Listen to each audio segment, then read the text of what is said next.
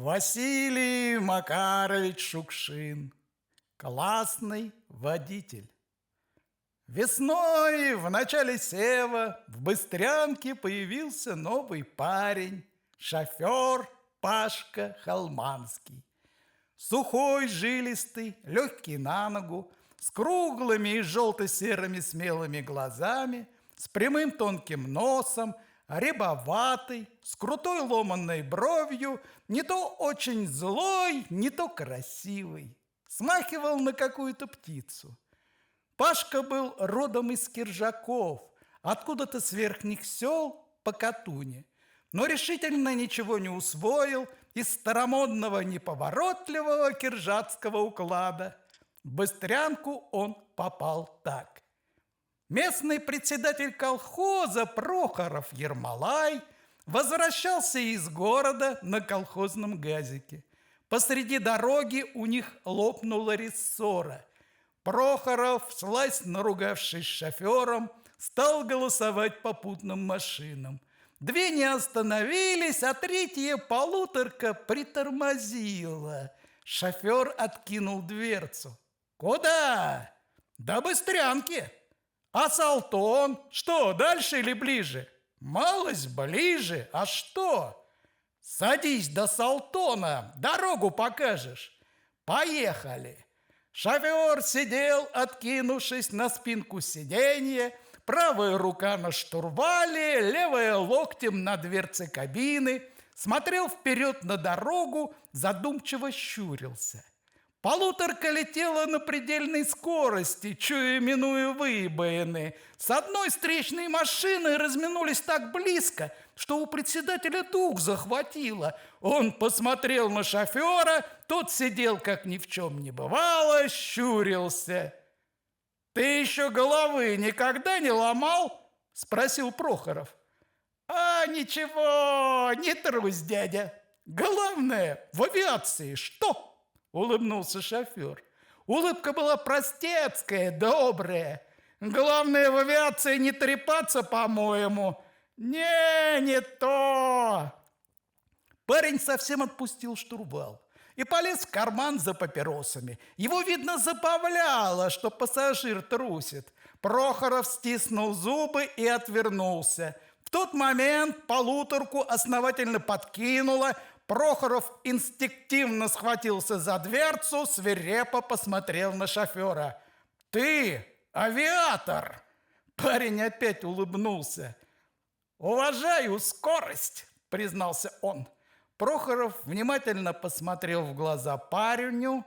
Парень чем-то нравился ему. «Ты в Салтон зачем едешь?» «В командировку». «Насев, что ли?» «Да, помочь мужичкам надо». Хитрый Прохоров некоторое время замолчал, закурил тоже. Он решил переманить шофера в свой колхоз. В сам Салтон или в район? В район. Деревня Листвянка. Хорошие места тут у вас. Тебя как зовут-то? Меня-то? Павлом. Павел Егорыч. Тезки с тобой, сказал Прохоров. Я тоже по батьке Егорыч. Поехали ко мне, Егорыч. То есть как? Так, я в Листвянке знаю председателя и договорюсь с ним насчет тебя. Я тоже председатель.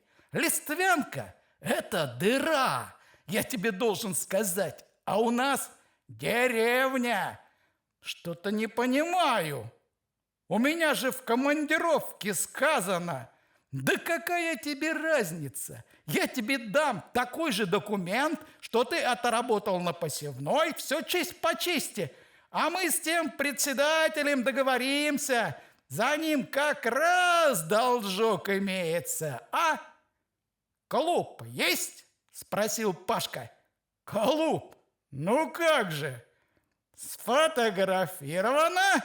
Что? Согласен, говорю, пирамидон. Прохоров заискивающе посмеялся. Шутник ты, а? Один лишний шофер, да еще с машиной на посевной. Это пирамидон, да еще какой. шутник ты, Егорыч. Стараюсь. Значит, клубишка имеется. Имеется, Паша, вот такой клуб, бывшая церковь. «Помолимся», — сказал Пашка. Оба, Прохоров и Пашка, засмеялись. Так попал Павел Егорыч в Быстрянку. Жил Пашка у Прохорова. Быстро сдружился с хозяйкой, с женой Прохорова, охотно беседовал с ней вечерами. «Жена должна чувствовать», — утверждал Пашка, с удовольствием уписывая жирную лапшу с гусятиной. «Правильно, Егорыч», — поддакивал Ермолай, согнувшись пополам, стаскивая с ноги тесный сапог. «Что это за жена, которая не чувствует?» «Если я прихожу домой, — продолжал Пашка, — так, усталый, грязный, то сё, я должен первым делом видеть энергичную жену. Я ей, например: «Здорово, Маруся!» Она мне весело: «Здорово, Павлик, ты устал?» А если она сама бедная наработается за день, откуда же у нее веселье возьмется? Замечала хозяйка. Все равно. А если она грустная, кислая, я ей говорю: «Пирамидон», и меня потянет к другим. Верно, Егорыч? Абсолютно, поддакивал Прохоров. Хозяйка притворно сердилась и называла всех мужиков охальниками. В клубе Пашка появился на второй день после своего приезда. Сдержанно веселый, яркий, в бордовой рубахе с распахнутым воротом, в хромовых сапогах, вытяжках, с военной новенькой фуражке, из-под козырька которой русой хмелиной завивался чуб. «Как здесь население? Ничего?» – равнодушно спросил он у одного парня, а сам ненароком обшаривал глазами танцующих. Хотел знать, какое он произвел впечатление на местное население. «Ничего», – ответил парень. «А ты, например, чего такой кислый?» «А ты кто такой, чтобы допрос устраивать?» – обиделся парень. Пашка миролюбиво оскалился. «Я ваш новый прокурор. Порядки приехал наводить. Смотри, как бы тебе самому не навели тут». «Ничего!» Пашка подмигнул парню и продолжал рассматривать девушек и ребят в зале. Его тоже рассматривали. Пашка такие моменты любил. Неведомое, незнакомое, недружелюбное поначалу волновало его. Больше всего, конечно, интересовали девки. Танец кончился. Пары расходились по местам. «Что за девчина?» – спросил Пашка у того же парня. Он увидел Настю Платонову, местную красавицу. Парень не захотел с ним разговаривать, отошел. Заиграли вальс. Пашка прошел через весь зал к Насте, слегка поклонился ей и громко сказал: «Предлагаю на тур вальса». Все подивились изысканности Пашки. На него стали смотреть с нескрываемым веселым интересом. Настя спокойно поднялась, положила тяжелую руку на сухое Пашкино плечо. Пашка, не мигая, ласково смотрел на девушку. Закружились. Настя была несколько тяжела в движениях, ленива. Зато Пашка сходу начал выделывать такого черту, что некоторые даже перестали танцевать, смотрели на него. Он то приотпускал от себя Настю, то рывком приближал к себе и кружился, но окончательно он доконал публику, когда, отойдя несколько шагов от Насти, но не упуская ее руки из своей, пошел с приплясом. Все так и ахнули, а Пашка смотрел куда-то выше местного населения с таким видом, точно хотел сказать: «Это еще не все, будет когда-нибудь настроение, покажу кое-что, умел когда-то». Настя раскраснелась, ходила все так же медленно и плавно. «Ну и трепач ты!» — весело сказала она, глядя в глаза Пашке. Пашка ухом не повел. «Откуда ты такой? Из Москвы?» — небрежно бросил Пашка. «Все у вас вам такие? Какие? Такие воображалы!» «Ваша серость меня удивляет», — сказал Пашка, вонзая многозначительный ласковый взгляд в колодезную глубину темных загадочных глаз Насти. Настя тихо засмеялась. Пашка был серьезен. «Вы мне нравитесь», — сказал он. «Я такой идеал давно искал». «Быстрый ты!» — Настя в упор посмотрела на Пашку. «Я на полном серьезе». «Ну и что?» «Я вас провожаю сегодня до хаты, если у вас, конечно, нет какого-нибудь другого хахаля. Договорились?» Настя усмехнулась, качнула отрицательно головой. Пашка не обратил на это никакого внимания. Вальс кончился. Пашка проводил девушку до места, опять изящно поклонился и вышел покурить с парнями в фойе. Парни косились на него. Пашка знал, что так бывает всегда. «Тут поблизости забегаловки нигде нету?» – спросил он, подходя к группе курящих. Парни молчали, смотрели на Пашку насмешливо. «Вы что, языки проглотили? Тебе не кажется, что ты здесь слишком бурную деятельность развел?» – спросил тот самый парень, с которым Пашка говорил до танца. «Нет, не кажется. А мне кажется». «Крестись, если кажется». Парень нехорошо прищурился. «Выйдем на пару минут, потолкуем?» Пашка отрицательно качнул головой. «Не могу». «Почему?» «Накостыляете сейчас ни за что. Потом когда-нибудь потолкуем». «Вообще-то чего вы на меня надулись? Я, кажется, никому еще на мозоль не наступал». Парни не ожидали такого поворота. Им понравилась Пашкина прямота. Понемногу разговорились. Пока разговаривали, заиграла танго, и Настю пригласил другой парень. Пашка со стервенением растоптал окурок. Тут ему рассказали, что у Насти есть жених, инженер из Москвы, и что, кажется, у них дело идет к свадьбе. Пашка внимательно следил за Настей и, казалось, не слушал, что ему говорят. Потом сдвинул фуражку на затылок, прищурился. «Посмотрим, кто кого сфотографирует», — сказал он и поправил фуражку. «Где он?» «Кто?» «Инженеришка». «Его нету сегодня». «Я интеллигентов одной левой делаю». Танго кончилось.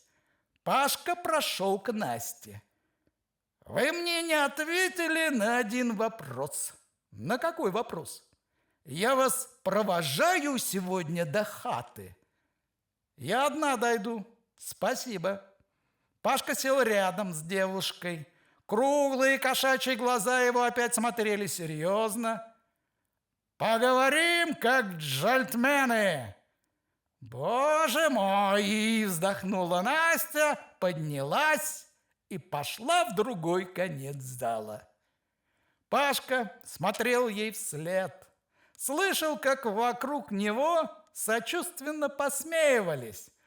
Он не чувствовал позора, только стало больно под ложечкой, горячо и больно. Он тоже встал и пошел из клуба. На следующий день к вечеру Пашка нарядился пуще прежнего. Попросил у Прохорова вышитую рубаху, перепоясал ее синим шелковым пояском с кистями, надел свои диагоналевые синие галифе, бастоновый пинджак и появился в здешней библиотеке. Настя работала библиотекарем, о чем Пашка заблаговременно узнал. «Здравствуйте!» – солидно сказал он, входя в просторную избу, служившую и библиотекой, и избой-читальней одновременно. В библиотеке была только Настя. У стола сидел молодой человек, смотрел огонек. Настя поздоровалась, и Пашка, и она улыбнулись, как старые знакомые. Пашка подошел к ее столу и начал спокойно рассматривать книги. На Настю 0 внимания. Он сообразил, что парень с огоньком и есть тот самый инженер, жених Насти. «Почитать что-нибудь?» – спросила Настя, несколько удивленная тем, что Пашка не узнал ее. «Да, надо, знаете». «Что хотите?» Настя невольно перешла на «вы». «Капитал» Карла Маркса. Я там одну главу не дочитал». Парень отложил огонек и посмотрел на Пашку. Настя хотела засмеяться, но, увидев строгие Пашкины глаза, сдержала смех. «Как ваша фамилия?» «Холманский Павел Егорыч. Год рождения 1935. Водитель-механик 2 класса». Пока Настя записывала все это, Пашка незаметно искоса разглядывал ее. Потом оглянулся. Инженер наблюдал за ним. Встретились взглядами. Пашка растерянно подмигнул ему. «Кроссвордами занимаемся?» Инженер не сразу нашелся, что ответить. «Да, а вы, я смотрю, глубже берете». «Между прочим, Гена, он тоже из Москвы», — сказала Настя. «Ну!» Гена искренне обрадовался. «Вы давно оттуда? Расскажите хоть, что там нового?» Пашка излишне долго расписывался в карточке. Молчал. «Спасибо», — сказал он Насте. Подошел к столу, швырнул толстый том, протянул Гене руку. «Павел Егорыч». «Гена, очень рад». «Москва-то?» – переспросил Пашка, придвигая к себе несколько журналов. «Шумит Москва, шумит». И сразу, не давая инженеру опомниться, затараторил. «А люблю смешные журналы, особенно про алкоголиков, где разрисуют всегда». «Да, смешно бывает. А вы давно из Москвы?» «Из Москвы-то?» Пашка перелистнул страничку журнала. «А я там не бывал сроду. Девушка меня с кем-то спутала». «Вы же вчера в клубе сами говорили», – изумилась Настя. Пашка глянул на нее. «Что-то не помню». Настя посмотрела на Гену, Гена на Пашку, Пашка разглядывал картинки. «Странно», – сказала Настя. «Значит, мне приснилось». «Бывает», – согласился Пашка, продолжая рассматривать журнал. «Во, пожалуйста, очковтиратель», – сказал он, подавая журнал Гене. «Кошмар!» Гена улыбнулся. «Вы на посевную к нам?» «Так точно». Пашка оглянулся на Настю, та с интересом разглядывала его. Пашка отметил это. «Сыграем в пешки», – предложил он инженеру. «В пешки?» – удивился инженер. «Может, в шахматы?» «В шахматы скучно», – сказал Пашка. Он не умел в шахматы. «Думать надо, а в пешечке раз-два и готово». «Можно и в пешки», – согласился Гена, посмотрел на Настю. Настя вышла из перегородки и подсела к ним. «За фуг берем?» – спросил Пашка. «Как это?» «За то, что человек прозевает, когда ему надо рубить, берут пешку», – пояснила Настя. «А, можно брать, берем». Пашка быстренько расставил шашки на доске, взял две, спрятал за спиной. «В какой?» «В левой». «Ваша не пляшет». ходил первым Пашка. «Сделаем так!» – начал он, устроившись удобнее на стуле. Выражение его лица было довольное и хитрое. «А здесь курить, конечно, нельзя?» – спросил он Настю. «Нет, конечно». «Понятно». Пашка пошел второй. «Сделаем некоторый перемедон, как говорят французы». Инженер играл слабо. Это было видно сразу. Настя стала ему подсказывать. Он возражал против этого. «Погоди, ну так-то же нельзя. Слушай, зачем же подсказывать? Ты же неверно ходишь. Ну и что? Играю-то я. Учиться надо». Пашка улыбнулся. Он ходил уверенно, быстро. «Вон той, Гена, крайний». Опять не стерпела Настя. «Нет, я не могу так», – возмутился Гена. «Я сам только что хотел этой, а теперь не пойду принципиально». «А чего ты волнуешься-то? Вот чудак! Как же мне не волноваться?» «Волноваться вредно», – встрял Пашка и подмигнул незаметно Насте. Настя покраснела. «Ну и проиграешь сейчас принципиально». «Нет, зачем? Тут еще полно шансов сфотографировать меня», – снисходительно сказал Пашка. «Между прочим, у меня дамка. Прошу ходить». «Теперь проиграл», – с досадой сказала Настя. «Занимайся своим делом», – обиделся Гена. «Нельзя же в самом деле отойти».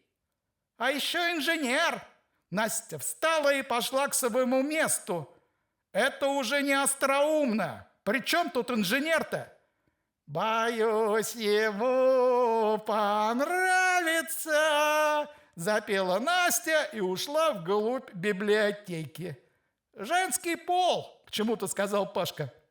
Инженер спутал на доске шашки, сказал чуть охрипшим голосом: «Я проиграл». «Выйдем покурим», – предложил Пашка. «Пойдем».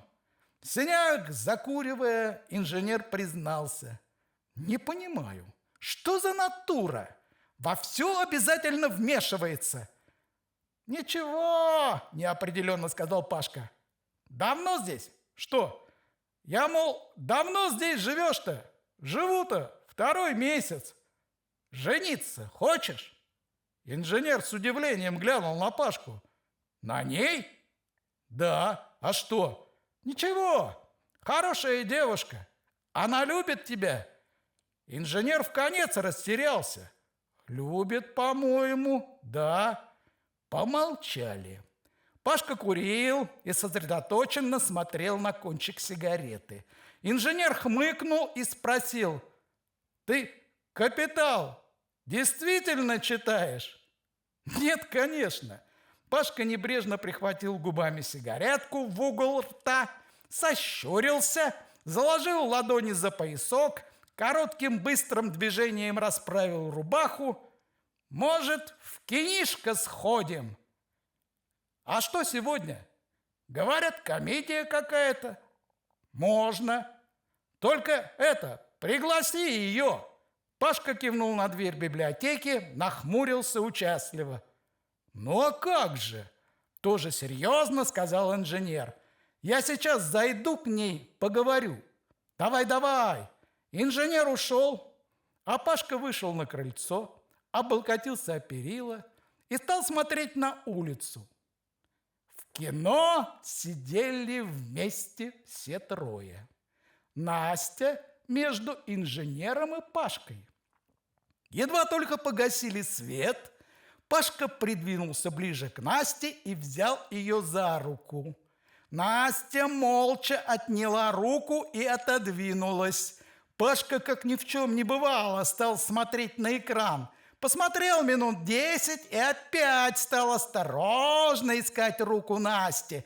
Настя вдруг придвинулась к нему и едва слышно шепнула на ухо: «Если ты будешь распускать руки, я опозорю тебя на весь клуб». Пашка моментально убрал руку. Посидел еще минут 5, потом наклонился к Насте и тоже шепотом сказал: У меня сердце разрывается, как осколочная граната. Настя тихонько засмеялась. Пашка опять начал искать ее руки. Настя обратилась к Гене. «Да, я пересяду на твое место». «Загораживают?» «Да». «Эй, товарищ, убери свою голову!» – распорядился Пашка. Впереди сидящий товарищ убрал голову. «Теперь ничего?» «Ничего», – сказала Настя. В зале было шумно. То и дело громко смеялись. Пашка согнулся в 3 погибели, закурил и стал торопливо глотать сладкий дым. В светлых лучах отчетливо закучерявились синие облачка. Настя толкнула его в бок. «Ты что?» Пашка погасил папироску, нашел Настину руку, силой пожал ее и, пригибаясь, пошел к выходу. Сказал на ходу Гене: «Пусть эту комедию тигры смотрят». На улице Пашка расстегнул ворот рубахи, закурил, медленно пошел домой. Дома, не раздеваясь, прилег на кровать. «Ты чё такой грустный?» – спросил Ермолай. «Да так», – сказал Пашка. Полежал несколько минут и вдруг спросил: «Интересно, сейчас женщин воруют или нет?» «Как это?» – не понял Ермолай. «Ну, как раньше. Раньше-то ведь воровали». «А черт его знает. А зачем их воровать-то? Они и так, по-моему, рады без воровства». «Это, конечно. Я так, просто», – согласился Пашка. Еще немного помолчал. «И статьи, конечно, за это никакой нет». «Наверное, я не знаю, Павел». Пашка встал с кровати, заходил по комнате. Он о чем-то сосредоточенно думал. «А жизнь раз бывает 18 лет», – запел он вдруг. «Егорыч, на рубаху! Thank you! Чё вдруг?» «Так!» Пашка скинул вышитую рубаху Прохорова, надел свою, постоял посреди комнаты, еще подумал. «Сфотографировано, Егорыч!» «Ты что, девку какую-нибудь надумал украсть?» – спросил Ермолай. Пашка засмеялся, ничего не сказал, вышел на улицу. Была серая, темная, сырая ночь. Недавно прошел хороший дождь, отовсюду капало, лаяли собаки, тарахтел где-то движок. Пашка вошел в РТС, где стояла его машина. Во дворе РТС его окликнули. «Свои!» – сказал Пашка. «Кто свои?» «Халманский». «Командировочный, что ли?» «Ну!» В круг света вошел дедун сторож в тулупе с берданкой. «Ехать, что ли?» «Ехать.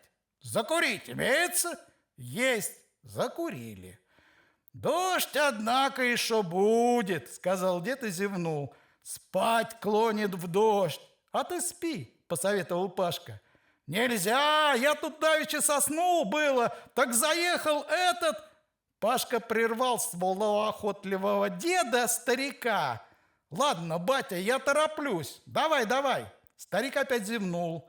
Пашка завел свою полуторку и выехал со двора РТС. Он знал, где живет Настя. У самой реки, над обрывом. Днем разговорились с Прохоровым, он показал Пашке этот дом. Пашка запомнил, что окна горницы выходят в сад. Сейчас Пашка волновал один вопрос. Есть ли у Платоновых собака или нет? На улицах в деревне никого не было. Даже парочки попрятались. Пашка ехал на малой скорости, опасаясь влететь куда-нибудь. Подъезжая к Настиному дому, он совсем почти сбросил газ и вылез из машины. Мотор не заглушил. «Так», – негромко сказал он, потирая ладонью грудь. Он волновался. Света не было в доме. Присмотревшись во тьме, Пашка увидел сквозь голые деревья слабо мерцающие темные окна горницы. Сердце Пашки громко заколотилось. Только бы собаки не было. Он кашлянул, осторожно потряс забор. Во дворе молчание. Тишина. Каплет с крыши.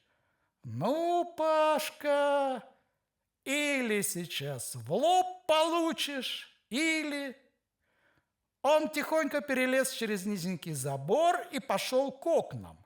Слышал сзади приглушенное ворчание своей верной полуторки, свои шаги и громкую капель. Весна исходила соком, пахло погребом. Пашка, пока шел по саду, мысленно пел песню про 18 лет, одну и ту же фразу: «В жизни раз бывает 18 лет». Он весь день сегодня пел эту песню. Около самых окон по его ногой громко треснул сучок. Пашка замер. Тишина, каплет. Пашка сделал последних 2 шага и стал в простенке. Перевел дух. Одна она тут спит или нет? Возник новый вопрос. Он вынул фонарик, включил и направил в окно. Желтое пятно света поползло по стенкам, вырывая из тьмы отдельные предметы. Печка-голландка, дверь, кровать. Пятно дрогнуло и замерло. На кровати кто-то зашевелился, поднял голову. Настя не испугалась, легко вскочила и пошла к окну в одной ночной рубашке. Пашка выключил фонарик. Настя откинула крючки и раскрыла окно. Из горницы пахнуло застойным сонным теплом. «Ты что?» – спросила она негромко. Голос ее насторожил Пашку. Какой-то отчужденный. «Неужели не узнала?» – испугался он. Он хотел, чтобы его принимали пока за другого. Он молчал. Настя отошла от окна. Пашка включил фонарик. Настя прошла к двери, закрыла ее поплотнее и вернулась к окну. Пашка выключил фонарь. Не узнала, иначе бы не разгуливала в одной рубахе. Пашка услышал запах ее волос. В голову ударил горячий туман. Он отстранил ее и полез в окно. «Додумался», — сказала Настя слегка потеплевшим голосом. «Додумался, — думал Пашка. «Сейчас будет цирк». «Ноги-то вытри», — сказала Настя, когда Пашка влез в горницу и очутился с ней рядом. Пашка продолжал молчать. Обнял ее, теплую, мягкую, так сдавил, что у ней лопнула на рукашке какая-то тесемка. «Ох!» – глубоко вздохнула Настя. «Что ты делаешь, шальной?» Пашка начал ее целовать. И тут что-то случилось с Настей. Она вдруг вывернулась из его объятий, отскочила, судорожно зашарила рукой по стене, отыскивая выключатель. Все, конец. Пашка приготовился к самому худшему. Сейчас она закричит, прибежит ее отец и будет его фотографировать. Он отошел на всякий случай к окну. Вспыхнул свет. Настя настолько была поражена, что поначалу не сообразила, что стоит перед посторонним человеком, почти нагая. Пашка ласково улыбнулся ей. Испугалась? Настя схватила со стола юбку и стала надевать. Надела, подошла к Пашке. Не успел он подумать о чем-либо, как ощутил на левой щеке сухую горячую пощечину и тотчас же такую же на правой. Потом некоторое время стояли друг против друга, смотрели. У Насти от гнева расцвел на щеках яркий румянец. Она была поразительно красива в эту минуту. «Везет инженеру», – невольно подумал Пашка. «Сейчас же убирайся отсюда», – негромко приказала Настя. Пашка понял, что она не будет кричать. Не из таких. «Побеседуем, как джентльмены», заговорил Пашка, закуривая. Я могу, конечно, уйти, но это банально, это серость.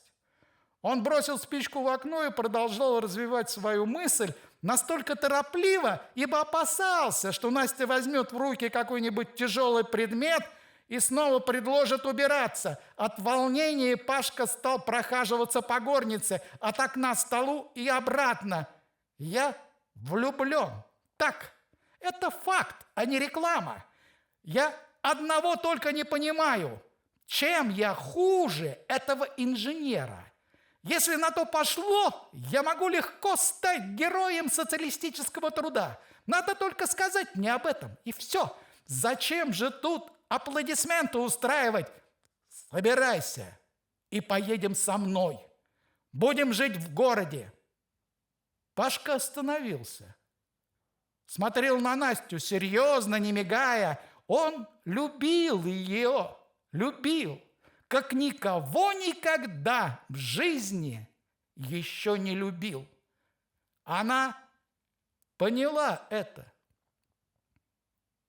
«Какой же ты дурак, парень!» — грустно и просто сказала она. «Чего ты мелешь тут?» Она села на стул.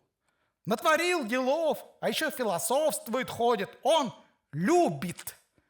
Настя странно как-то заморгала, отвернулась. Пашка понял, заплакала. «Ты любишь? А я, по-твоему, не люблю?» Настя резко повернулась к нему, в глазах слезы. Она была на редкость, на удивление, красива. И тут Пашка понял, никогда в жизни ему не отвоевать ее. Всегда у него так.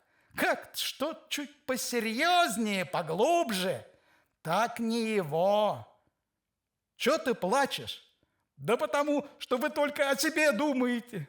Эгоисты несчастные. Он любит. Она вытерла слезы. Любишь, так уважай хоть немного, а не так. Что же я такого сделал? В окно залез? Подумаешь, ко всем лазят. Не в окне дело. Дураки вы все, вот что. Тот дурак тоже весь высох от ревности. Приревновал ведь он к тебе. Уезжать собрался. Как уезжать? Куда? Пашка понял, кто этот дурак. Куда? Спроси его. Пашка нахмурился. На полном серьезе? Настя опять вытерла ладошкой слезы, ничего не сказала. Пашке стало до того жалко ее, что под сердцем заныло. «Собирайся!» — приказал он. Настя вскинула на него удивленные глаза. «Поедем к нему. Я объясню этим московским фраерам, что такое любовь человеческая. Сиди уж, не трепись. Послушайте вы, молодая интересная». Пашка приосанился. «Мне можно съездить по физиономии, так, но слова вот эти дурацкие я не перевариваю. Что значит «не трепись»? Куда ты поедешь сейчас? Ночь глубокая. Наплевать, одевайся, на кофту». Пашка снял со спинки стула кофту, бросил Насте. Настя поймала ее, поднялась в нерешительности. Пашка опять заходил по горнице. «Из-за чего же это он приревновал?» – спросил он не без самодовольства. «Танцевали ему», – сказал кто-то. «Потом в кино шептались. Он же дурак набитый». «Что ж ты не могла ему объяснить?» «Нужно мне объяснять. Никуда не поеду». Пашка остановился. «Считаю до 3. Раз, два. А то целоваться полезу. Я тебе полезу. Что ты ему скажешь?»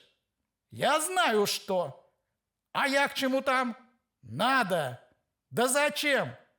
«Я не знаю, где он живет. Вообще надо ехать. Точка». Настя надела кофту, туфли. «Лезь, я за тобой». «Видел бы кто-нибудь сейчас». Пашка вылез в сад, помог Насте. Вышли на дорогу. Полуторка ворчала на хозяина. Садись, ревушка-коровушка, возиться тут с вами по ночам. Пашке эта новая неожиданная роль нравилась. Настя залезла в кабину. Меня, что ли, хотел увозить? На машине-то? Где уж там? С вами вперед прокиснешь, чем доехать. Ну до чего ты, Павел? Что? Строго спросил Пашка. Ничего. То-то. Пашка со скрежетом всадил скорость и поехал. Инженер не спал, когда Пашка постучал ему в окно. «Кто это?» «Я». «Кто я?» «Пашка, Павел Егорыч». Инженер открыл дверь, впустил Пашку. Не скрывая удивления, уставился на него. Пашка кивнул на стол, заваленный бумагами. «Грустные стихи сочиняешь?» «Я не понимаю, слушай». «Поймешь». Пашка сел к столу, отодвинул локтем бумаги. «Любишь Настю?» «Слушай». Инженер начал краснеть. «Любишь? Значит так. Иди, веди ее сюда. Она в машине сидит». «Где? В какой машине?» «На улице. Ко мне зря приревновал. Мне с хорошими бабами не везет». Инженер быстро вышел на улицу, а Пашка, Павел Егорыч, опустил голову на руки и закрыл глаза. Он как-то сразу устал. Опять не кстати вспомнились надоевшие слова. В жизни раз бывает. На груди противно заболело. Вошли инженер с Настей.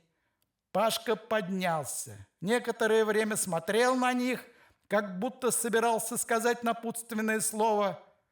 «Все?» – спросил он. «Все», – ответил инженер. Настя улыбнулась. «Вот так», – сердито сказал Пашка. «Будьте здоровы!» Он пошел к выходу. «Куда ты? Погоди!» – запротестовал инженер. Пашка, не оглянувшись, вышел. Уезжал Пашка из этой деревни. Уезжал в Салтон. Прохорову он подсунул под дверь записку с адресом автобазы, куда просил прислать справку о том, что он отработал честно 3 дня на посевной. Представив себе, как будет огорчен Прохоров его отъездом, Пашка дописал в конце: «Прости меня, но я не виноват». Пашке было грустно. Он беспрерывно курил. Пошел мелкий дождь. У Игренева, последней деревни перед Салтоном, на дороге впереди выросли 2 человеческие фигуры. Замахали руками. Пашка остановился. Подбежали молоденький офицер с девушкой. «До Салтона подбрось, пожалуйста!» Офицер был очень чем-то доволен. «Садись!» Девушка залезла в кабину и стала вертеться, отряхиваться. Лейтенант запрыгнул в кузов, начали переговариваться, хохотали. Пашка искоса разглядывал девушку.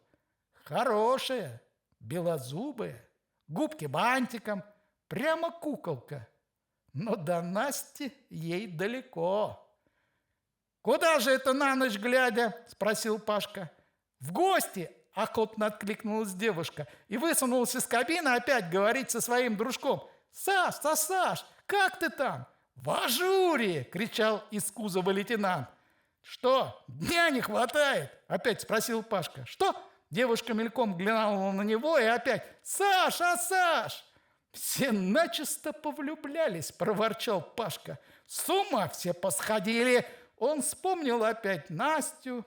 Совсем недавно она сидела с ним рядом. Чужая. И эта чужая. «Саша, Саш! Саша, Саш!» – съехидничал про себя Пашка. «Твой Саша и так сам себя не помнит от радости. Пусти сейчас, вперед машины побежит!»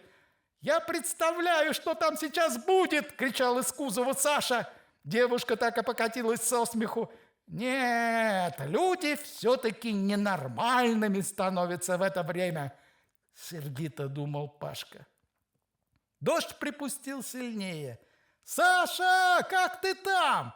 Порядок! На борту порядок! Скажи ему, там под баллоном брезент есть.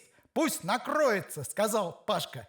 Девушка чуть не вывалилась из кабины. «Саша, Саш, там под баллоном какой-то брезент. Накройся!» «Хорошо, спасибо! На здоровье!» — сказал Пашка, закурил и задумался, всматриваясь прищуренными глазами в дорогу.